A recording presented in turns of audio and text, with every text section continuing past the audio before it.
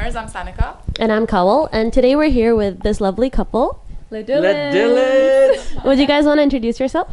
I go first or you? Yeah, you can go first. Okay, so my name is Harmeet, and I'm actually Hong Kong born Indian. I just got married this year, and basically I'm focusing on our YouTube channel. It's called Les Dhillones. That's the name. Yeah. I've watched your videos. Thank you. So, hi guys, my name is Jeevan, and husband of this beautiful woman. I'm Harmeet. So, a little bit about myself. I was born in Canada, and but pretty much been living here for most of my life.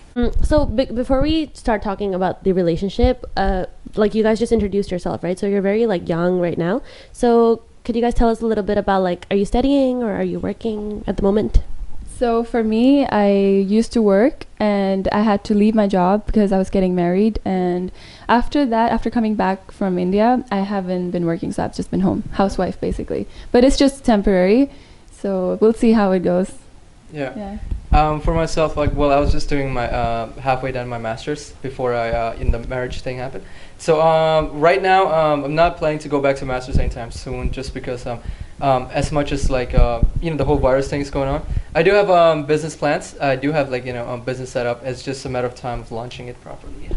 Cool. So do you guys want to backtrack a little bit and talk about being in a relationship and young people in relationships, because marriage is quite a big step, and for someone our age, for us, it's unthinkable right now, but obviously you guys have done it. And so do you guys want to talk a little bit about how it all started? So basically I know him through Instagram, and that's how we connected, and that's where everything started. And slowly we just we got together, our parents got to know, and then they wanted us to get engaged before anything else happens, like traveling, everything. We had a lot of plans, and then they were like, you guys can do it after you guys get married. So this is like a brown culture thing, and then so slowly things happened, like the engagement happened, the court marriage happened, and then eventually the wedding. We didn't object anything because we're really happy with each other. So all of that was just like a little step that we had to, it was just like a little official to make it official. That's it. That's all it was. It's like basically doing traveling, everything, having great time together, but with in Punjabi, the Sikh culture, Granth Sahib's blessings, so you really, it's like putting a stamp on it. So for us, it was just like, checklist done. Okay, now we can travel. Now we can do this. Now we can move into a house. So yeah, and we're really we're glad we took that decision. So yeah. What about your friends? Did they have any opinions on this, or? Yes, my cousins definitely did. They were like, a lot of people actually came to me. They were like, are you sure you want to get married? You're really young. You're only 21. But all of that was like, they didn't really know the kind of relationship we had and our plans together and how we want to, because we have a YouTube channel. So I used to work, he used to work, and then it was kind of hard for us to take time out to make a video, shoot a video. So we were like, okay, things would be so much easier if we were just living together, we can plan everything accordingly, like our own house, everything. So they didn't know that. They were like, oh, are you sure? Are you sure? But I was like, yes, I'm hella sure. Like a lot of people try to question this, but now they know, they see us and we're happy. Everything's like great. So for my side, it was like, because our age gap is like 5 years, around 5 years. So for me, I was already in that that age where it's like matter of time. Mom, the topic was already going on. So honestly speaking, I think it was more on her side, like because the age, because she was like at that age where a lot of youth are normally finishing degrees or just starting working or want to kind of do masters. For me, on the other hand, it was more like a stability. Things were stable on my side. I was like, okay, if she's ready for it, I'm ready for it. Why not? Yeah. So, plus our parents.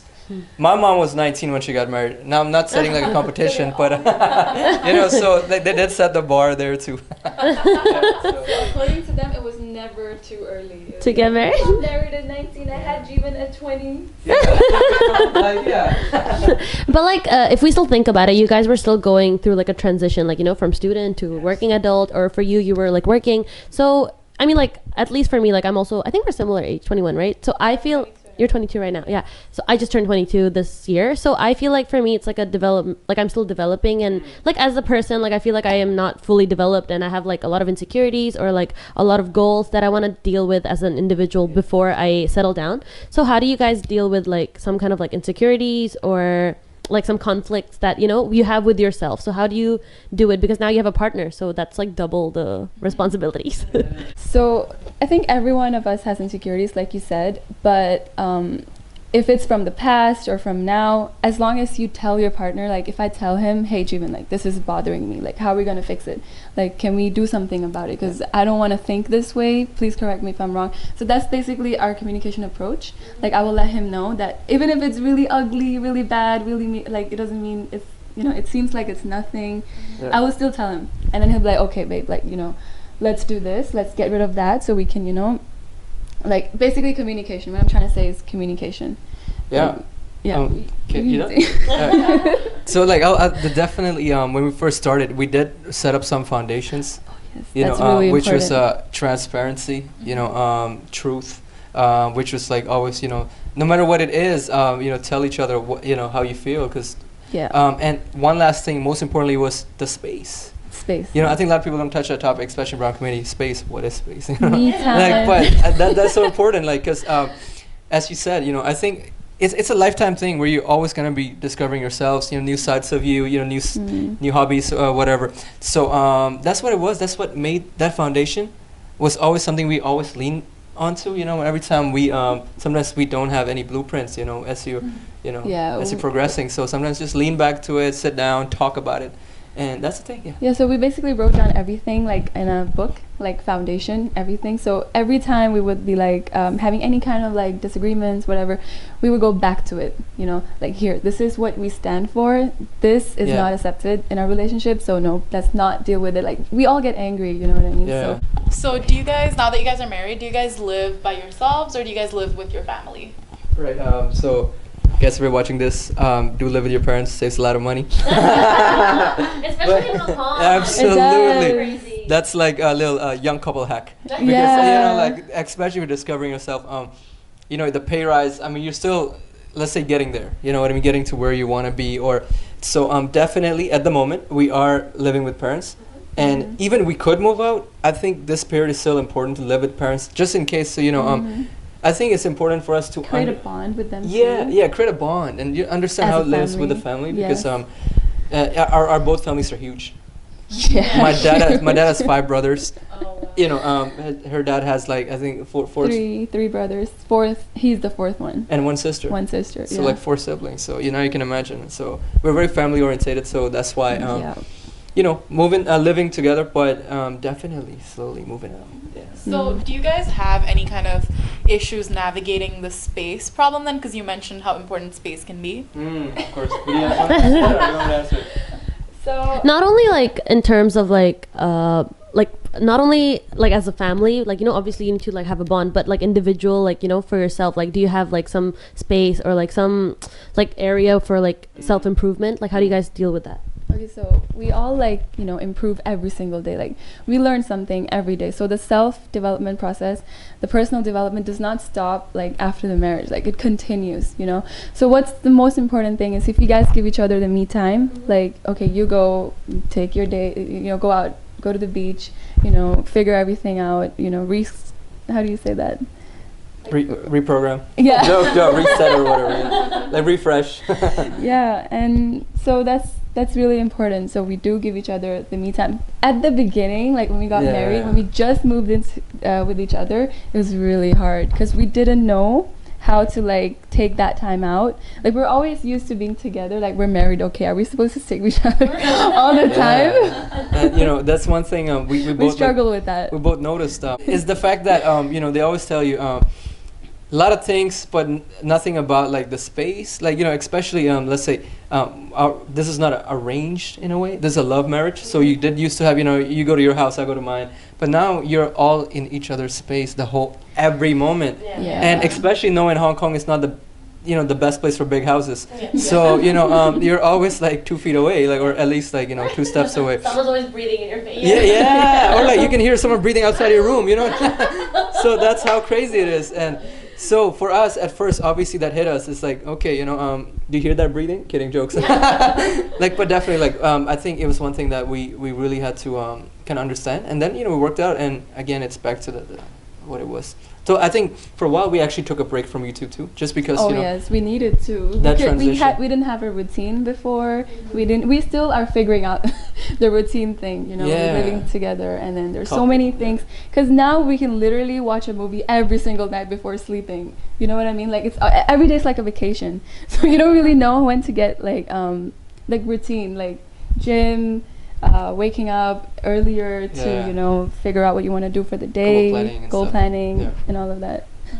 Do you guys want to talk a little bit about the whole wedding planning process, because it was recent, right? So and Corona hit, so how was I was very upset. I think Corona came very late to our wedding. Because our wedding was in January, so the Corona thing happened way after I think at least nearly a month after. We got lucky. We got lucky. Corona was late. It came at an Indian time. You know what I mean? Like it came late. We're so grateful because it's like a lot of money went into it. A lot of people flew out, but it was like 1 week before we got married, the Corona thing got really serious in Hong Kong. So in India, it wasn't even there yet. So everything was normal in India. So we got married. Corona didn't affect anything. Nothing. Okay. Just our flights to come back. Like, they were decreasing the flights and everything. So it was hard to come back. But the planning wise, planning process. That was. I'm so excited to hear that. Did Brown weddings? Like what? Harmeet will probably say more about it. Like, girl, just go for it. Do you want me to give the details? It's a lot of details. How did you so normally, did you guys have a planner, or did you have your ideal wedding? Because as girls, we like to plan, or even guys, we have to we have our oh, I'm gonna get married, and I have this ideal where I'm gonna do it, how I'm gonna do it, what color it's gonna be. So for you, was it a lot of pressure? Did you stress out a lot about it, or did someone help you plan it? How was it for you guys? So we're very blessed that our parents helped us 60% of actually not even 60, more than that. They helped us with the most important parts, the religious bits and the cultural bits, you have to do this ceremony and that ceremony, how it's done, how it's arranged, we're gonna get the people, because we only know how we can get around in Hong Kong, right? In India we don't really know much about it, so we let our parents handle that. But in terms of the places, the events, the location and the clothing, the color, coordination, everything. That coordination, you didn't even do anything, so why are you feeling so stressed out about that? I was seeing how it was. It's basically the color coordination. It's gonna be pink and yellow. Okay, let's just for example, pink and yellow, cool. But not this shade of pink, that shade of pink. Okay, I come to yellow. Hey, I went to my part. Let's just say, for example, pink on our Shagun day, so which is the reception, right? Shagun? Is that the reception? Shagun is another ceremony. Yeah, the first one. How is that a reception? Is that the reception? Reception is afterwards. 29. Mixed up. I'm trying to find an English word for Shagun, which I don't have. So I tried to. What is the engagement, right? Is it? No, engagement is roka. So we will all find out. Okay. So basically, this is a ceremony where the groom side and the bride side exchange gifts, just for that, basically, and they throw a party after that. Yeah. So in India, it's such a vibrant place, Punjab, or all around India, that you'll have 50 shades of yellow. So it's just how you're gonna mix and match and everything. So it took us, I would say, at least a month in India. Yeah. Just to figure everything out. So right now, when you guys were talking about wedding planning, it already sounds like there's different roles. But now that you're married and in married life, living with your parents, how are the roles divided? Because I feel like we have seen more traditional roles growing up, especially with the older generation. But the men are the breadwinner and the women stay at home. So like you said, you were a working woman before, right? But now currently you're a housewife. So how do you deal with that? Or in terms of at home as well, do you guys divide the housework, or how do your parents, our parents are pretty from another generation, right? So how do they view the gender roles being swapped? Right. So I would say that Jeevan's dad was born and raised in Hong Kong. So he has a different approach to the whole gender roles. I've seen it after wedding. I'm living with them, and his dad would be the one to really organize the entire house. put things back into their places and everything. I've never seen his mom worry about that ever. And we're very blessed to have, like, we're very grateful to have a helper at home. So I don't really have to cook or really do the housework. He doesn't have to do it either. So for us, when the helper's not there, we divide everything. Like, I cook, he does the dishes. I do one kind of cleaning, he mops the floor. That kind of stuff. So if you're asking if our parents have a say in this, like what we should do or not, nope, they don't interfere. Like, they let us do how we want to do things. Yeah, in terms of the whole, the general, like, the guys being the breadwinner, well, for me, it's just that it doesn't, like, I really don't mind. If she wants to work, she can. If she doesn't want to, she doesn't need to.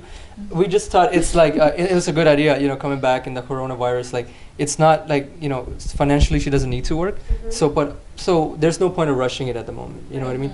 In case if she wants to, I always tell her, like, there's a perfect time to discover what she wants to do. You know what I mean? Like, so, like, YouTube, whatever, makeup.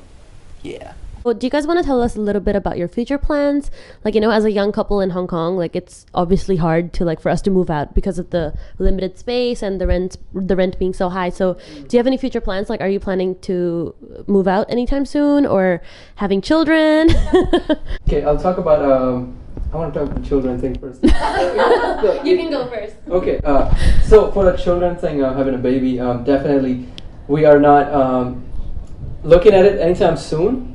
But we're not, like, against it if we do, have one in the process. Like, you know what I mean? Like, so it's more like, because definitely, like, we all want to, like, wait for a few more years. Like, definitely want to travel more, enjoy each other's company more, and also kind of, as we said, routine. We want to set up, like, a good environment at home where it kind of aligns with who we are and also how we would like the kid to be raised with, like, in terms of the schedules and everything. So definitely, not so soon. But in terms of moving out, yeah, so Jimin was born in Canada, right? Yeah. So we do have Canada, like, in our like, plans. Yeah. Like, we might move there soon. So yeah, we're still working on that. Yeah, we are gonna move out though. But do you guys have any kind of pressures from your family to move out or have children or any future plans? Yes, I have a lot of pressure from my loving mother-in-law. She's so excited. Indirectly all the time. She's like, oh, so when are you guys giving us the good news? It's like, and one day, because she was asking her to meet, like, a few times in a few days already, so one day I was just like, want to have fun with it. I was like, Mom, I can't wait to tell you the good news. And her eyes just, like, lit up. She's like, why would you play her like that? Put her chalk up down, like, what is that? Like, she was so into it. I was like, it's my day off tomorrow. And then she was just like, she's like, Pretable. Pretable. And then she's like, Nisa, can I speak for you? Yeah. Like, Nisa, like, you know what I mean? She's trying to be cheeky with it, but yeah. Or she's like, when are you gonna, she says, like, kadone, like, toys. When are you gonna give us toys to play with? Like, just bring her toys, no baby. Just so cute. Imagine I do that, literally. And funniest thing is, like, Mom, it's the whole finance, we gotta plan it out and everything. She's like, leave it to me. Like, I will take care of your baby. You guys can work. She's more excited. That's a free nanny.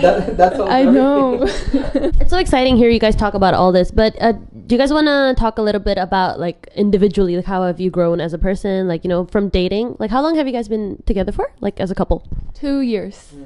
So, like, from the first time, no, actually before you guys met, and then the process of dating, getting to know each other, engagement, wedding, and now living together. So, I mean, it's been a long journey for you guys, right? So how has it been, and how have you guys grown, like, individually and as partners? So for me, before, I was kind of, like, all over the place before I met him. So after being together with him, I got a lot of clarity in, like, a lot of things, because he's much older than me, so he's been through a lot of more experiences than me, I would say. And he always teaches me different perspectives, different approaches to how to, deal with things. And I see and I learn. He's really my mentor. Like, I have so much to learn from him. And so I've been more clear-headed and more focused on one thing instead of, like, oh, I have to do this, I have to do that. Now it's more relaxed after the wedding. So yeah. for me, I've always been more of a less of an emotional guy. You know what I mean? Because I mean, I guess that's also I have one younger brother, and you know, there's never really a time where we kind of sit down and talk about emotional stuff, or it's more like, you know, okay, you know, like Yeah. brother, And especially being like brown, like we don't, when growing up, we don't talk about our feelings. talk about it. Also notice, like in his family, they don't really like talk about emotional side a lot. They would be really practical and reasonable. Like I'm a very emotional person. So is that hard for you to like is it hard for you to use that approach to deal with your problems? Because like, you know, like when you're an emotional person and someone tells you like, oh, just be realistic about it or just be more practical about it, like, is that hard? Yes, it's really. But are you trying to like adapt to it, like cope with it, or do you like question it, or is there like some kind of compromise? The thing is, I've lived with my parents all my life, right? So they know exactly how I am, and they know exactly how to handle me, how to deal with things, or what to say to me, right? So when I moved into Jeevan's house, everything was totally different. I would open up about my emotions, but then the response I would get is mostly practical, like more reasonable. Like it was not like, oh, I hear you, like it's okay, you can feel bad, like, you know. There was really little of that. Okay, so I'm definitely adjusting to that, you know, like, you know, you have to be practical and emotional both, but it has to be on a certain level. Yeah. You can't overdo both things. Right. So Yeah, just so- balancing that. Yeah, that's what I was trying to say a while ago too. So I was very logical. Yeah, in terms of like very less emotional, you know what I mean? But when Hermit came, it kind of gave me new perspective to things, which I kind of never tapped into. Especially like how to like the sympathy, you know, how to kind of like really Empathize with listen. someone. Yeah, how to kind of really listen, and you know, before.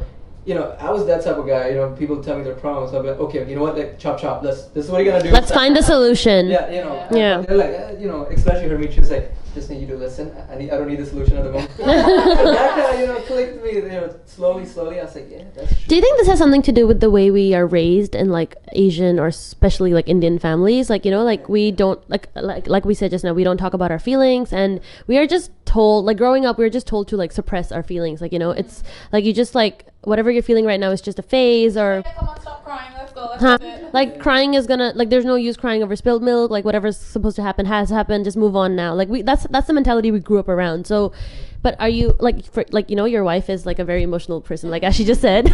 So how about for you? Like how are you coping with it? Like do you feel like you need to, like do you feel like you want to listen to her, or do you feel like she should?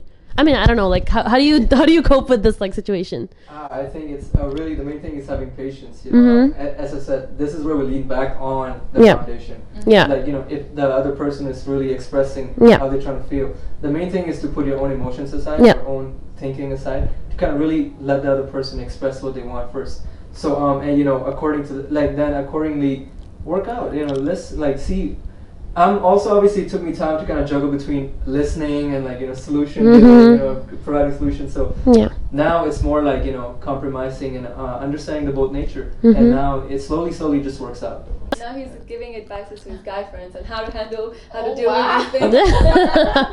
It's like you just gotta balance, you know. Balance is the hardest thing to find. But like earlier you guys mentioned that, you know, there's a bit of an age gap between you guys, like 5 years. So does that somehow like hinder the way you guys grow up? Because obviously like Jeevan has been through stuff that maybe you haven't been there yet. So does it sometimes feel like a bit overpowering, like, you know, or does he ever like use it to his advantage to like teach you or like guide you? How do you feel about this?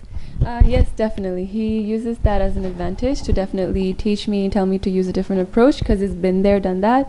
And like that's one thing that I really admire about him. He'll never use his age as like a, you know, the advantage. I mean, in a bad way. Like he'll always try to help me out and, you know, help me get to where I want to be.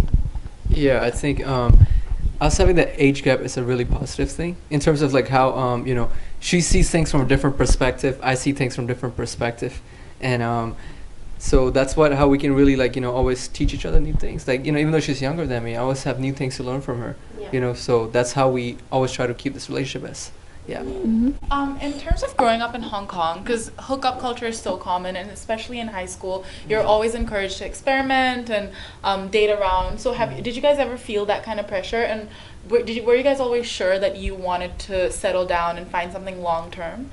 Yes, from my side, yes. I've always, whenever I've had the opportunity to go into a relationship, I always make it clear that, I'm not just here for like, just playing around, or, I'm here for long term. Like, this is everything for me. I'm ready to invest all I have in this relationship. So, yeah, that was the same thing when we got together. I guess, truthfully speaking, because grew up in this hookup culture, you know what I mean? Like this area, Hong Kong, with different cultures, impact and influence on this place. When I was way younger, I did, been through all that, talk with different people, and then also tried, dating one person, like really, and then you figure out which one is for you. And for me, it was definitely like one person, you know what I mean? And then that's always been the approach. But obviously speaking, like when I met Hermit, there was something about it that was really just like, okay, she's the one. But at the same time, it was also realistic, like, okay, let's see how it goes. Because, there's no blueprints about relationships. It's just finger crossed, like, this will work. Yeah. So growing up, did you guys have different expectations from marriage versus what it's really been? Like, when we're young, like we feel like when our aunties or uncles like tease us like, oh, you're next in line or whatever. So, but then back when we're young, we're like, oh, I don't want to get married, like I'm never getting married. So has it changed from after you guys met each other? Take your stomach at something to say. All right. So you want to go first or me? You go first. All right. So for me, when I was a young kid, I was telling my mom I ain't getting married, like, and there's no chances of me getting married. I think it's a typical brown as a kid, and then one time she was like, no, well, I'm gonna find you a wife, and just let me know, what kind of wife you want, and I'll make sure. Me being a kid, just trying to be as arrogant, like I'm not getting on the same vibe as you, Mom. I told her, you know what, yeah, different eye color, beige, tall girl, with wavy hair, yeah. Cool. And my mom was like, all the best, Mom. Like, there's no way you can find someone like that. And then Hermit came. Oh, I know, a little cheesy too, but like, hey, that's the realistic, that's the real thing, it's honesty. But what I'm trying to say is that I think sometimes at the back of your mind, you do know like what kind of person you want, and just know that they are out there, and you just can't rush it. Like me and Hermit, we've been in Hong Kong for more than 20 something years. And it was like the 21st year that she decided to appear in my life. So, that's came to my life late. Yeah, so you were here before me. Sometimes it takes time, like just casually 20 years. So. Talking about parents like getting married at a young age, and then there are chances where they will expect us to do the same. This is like a stereotype, but for my mom, she's always told me that, Hermit, I got married young. I had you like when I was really young. How young? So she was, I think, 19 when she got married. Same. I think around 19, and then she had me in a year. Yeah. So she always used to tell me that, Hermit, there's no rush for you to get married or anything. Just focus on yourself. And so that's why I was like, how like when you get older, I've heard this like, oh, rishta. Like marriage prospects. Yeah. Proposal. Yes. I'm sorry. So a lot of people are like, oh, my mom's like been giving me like making me see these pictures of these guys. Like I don't want to get married yet, blah blah. So I never went through that phase because I was 21. I'm 22 now. So yeah. He did for sure. Yeah. At my age, once you're 24, I think it starts at around 20. 24, 25. Depends on your parents. Mostly after 20. Once you're after 20, then they start. Yeah, and it's like once you're 25, now you're already at stage 3, or then stage 4 is where you get married. So stage 3, it's already like ringing. Like you can hear noises. Like when you're sleeping. When you're getting married. Like so. It's just one way or another. I think it's like they're implementing it in your head. Yeah. Like So you've had experience like proposals coming to you. Me? Yeah. Not proposals, but more like, Mom, like when you're gonna get married. Okay. So your parents were always open to the idea of you looking for your own partner instead of them introducing someone to you. Yeah. But one thing that I always wanted was like a Punjaban partner. Okay. So their only criteria is like same race, same race, same background. Okay. But I do want to say something though. I mean, like, see, we're like the 4th generation in Hong Kong. Mm-hmm. So one of my aunt is Chinese. Mm-hmm. So we did grow up with that part of the Chinese culture too. Yeah. So it's not like parents were very like, very foreign to, like, if we, like, in one way, from other, aunties or uncles in Hong Kong, it was in their head like, oh, these kids, they're just probably gonna find Chinese or someone because they are like so out of touch with their culture in a way. So, but mom had that, had trust in her whispers. So and that worked. So just to wrap up, guys, do you guys have any advice for people that are listening, young people in relationships, or if people want to get married? I would say don't stress out about the marriage too much. Like I know a lot of people see it as like, oh my God, it's the most important thing that's ever gonna happen to you. Like, it is important, but it's not really, don't see it as like a obstacle. Like, don't see it as like a negative thing, because it is something really beautiful. It's how you take it, how you make it. Definitely, like, it's another thing also I've heard is like, it's an old people thing, or like once you turn to marriage, you're out of the game, or you're just like, your life is just have kids and retire and like you're done. Don't buy that. Just know that you create your own vibes. As long as you find the right partner, your life will just get better because now you have another person do the goofy things with you. So that's adventures and everything. And last thing, if you have a lot of friends getting married, popping kids, just know you have absolute no pressure. Don't feel stressed out. Take your time, and if the right person comes in, automatically everything will happen accordingly. Thank you so much, and we definitely wish you the best for your married life. And and from hearing from you guys, it sounds like you guys are having a great time, and I hope you guys continue to have fun, have a good time. Yeah. Thank you so much. So when you guys getting married? Let's do a call. when same-sex marriage is legalized in Hong Kong. But yeah, thank you guys for watching, and we will be back with another episode soon. Thank you. Bye.